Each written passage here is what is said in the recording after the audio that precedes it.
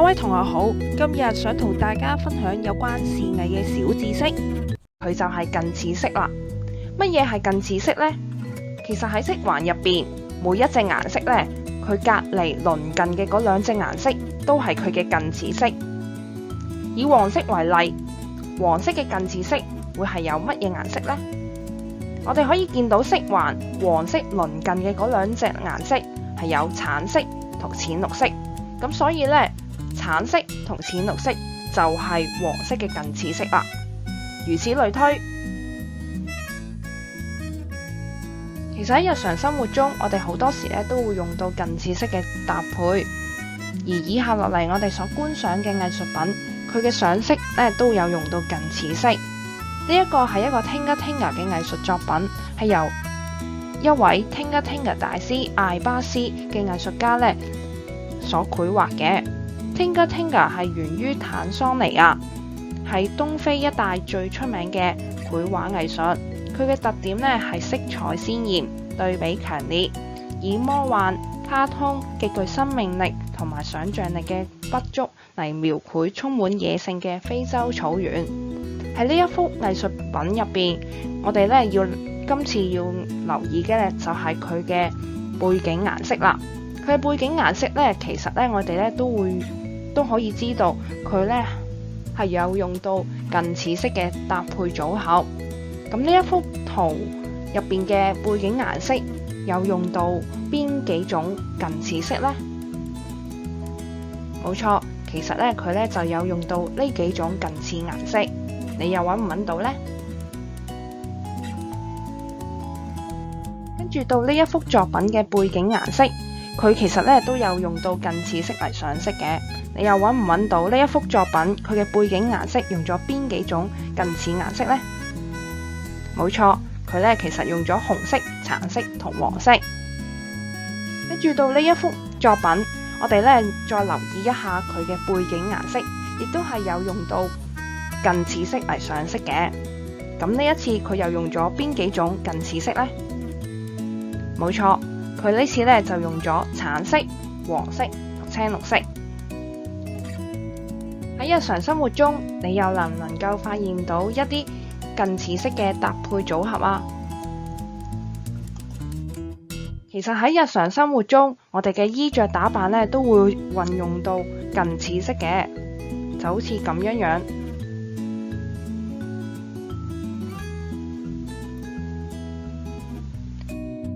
除此之外，我哋好多時咧都可以見到室內嘅設計咧都會運用到近似色，就好似咁樣。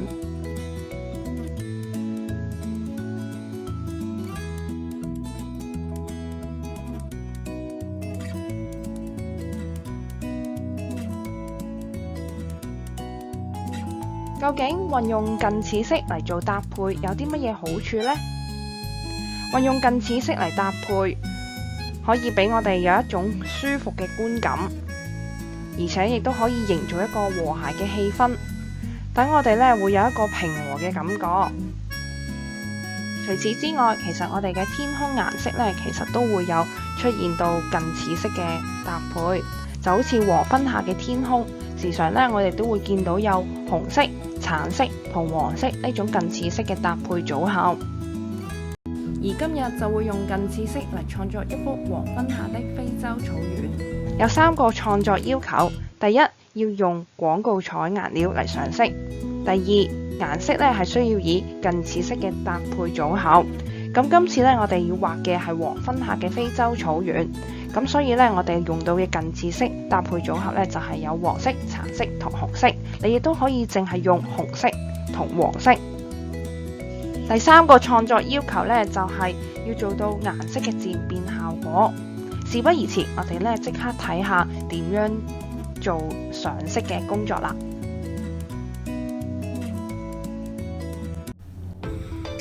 喺今次示範入邊，我哋總共會用到3隻顏色，分別係黃色、紅色同黑色。首先將顏料擠落調色碟度。如果你中意嘅話，亦都可以擠少少白色備用。首先，我哋要先將顏料溝勻，用畫筆盛載1-2滴水到調色碟，同顏料溝勻，咁樣溝開就可以開始用啦。跟住到上顏色嘅先後次序，我哋首先會由最淺嘅顏色開始上起。首先上黃色，如果你有淺黃同深黃，咁你就首先上淺黃先，然之後就到深黃。中間嘅圓形呢，我哋一陣會上一陣白色或者好淺嘅黃色。同學有冇發現我哋漏咗一個步驟呢？冇錯，就喺上色之前唔記得落一浸水。喺由一個大面積嘅色塊嘅時候呢，我哋最好就要落一浸水。落一浸水嘅作用呢，就係可以令到顏色均衡一啲，而且呢，亦都可以節省使用顏料嘅份量。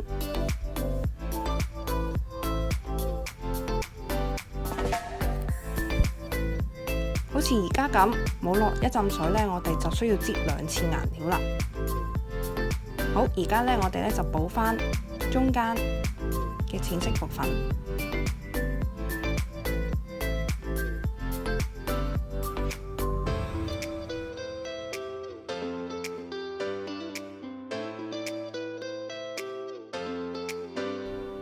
究竟喺上色之前落一浸水會有啲乜嘢分別呢？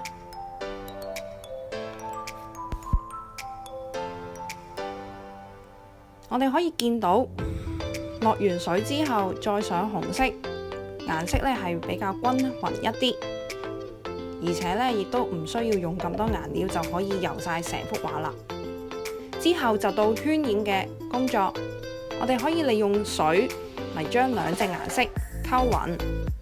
你可以見到老師係不停洗筆嘅，因為油到咁上下呢，你個畫筆就會有好多紅色噶啦，所以需要洗咗啲紅色，然之後用清水將紅色同黃色溝勻，達至一個漸變嘅效果。跟住落嚟，我哋會用返近似色嚟做一啲雲彩嘅效果，可以用紅色同黃色。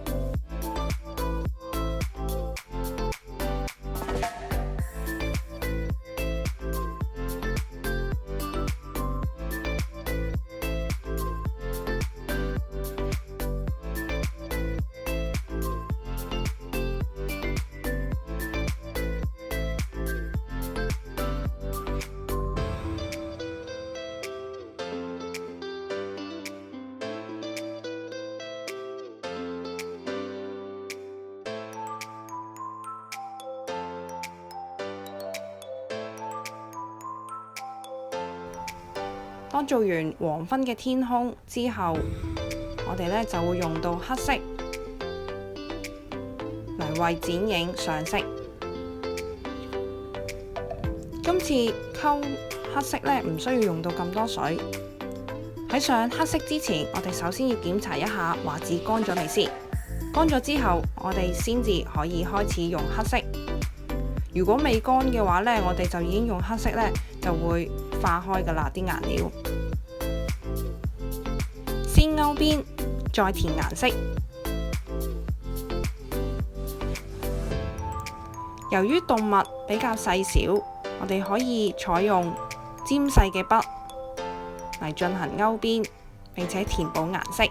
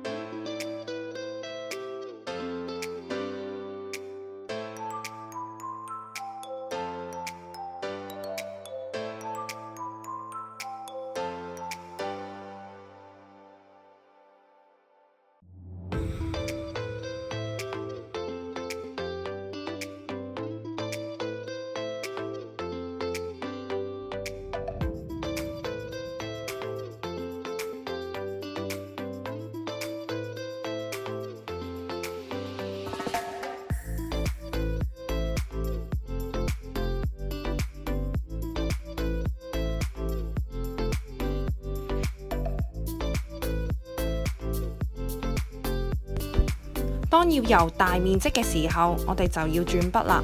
我哋可以轉用中號或者大號嘅扁平筆。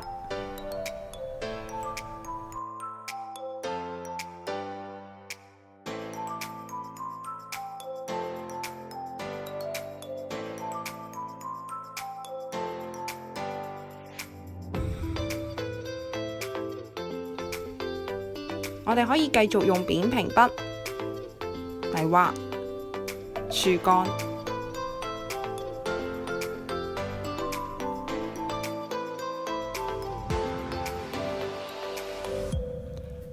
而當我哋要畫較細嘅樹枝，我哋就要轉返尖細嘅筆。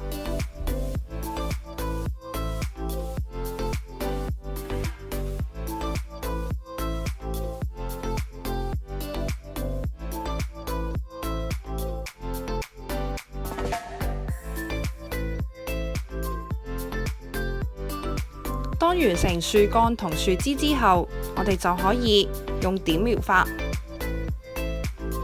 點描出樹葉。唔知同學仲記唔記得喺一開始嘅時候，我哋用皺紋膠紙黐住4條邊，其實咁樣呢係想整一個白色嘅畫邊框。但係要留意嘅係，我哋黐嘅時候一定要黐實。如果唔係呢，上色嘅時候啲顏料呢就會滲晒出去噶啦。好，就係咁，呢一幅黃昏下的非洲草原就大功告成啦。你哋都不妨快啲試下。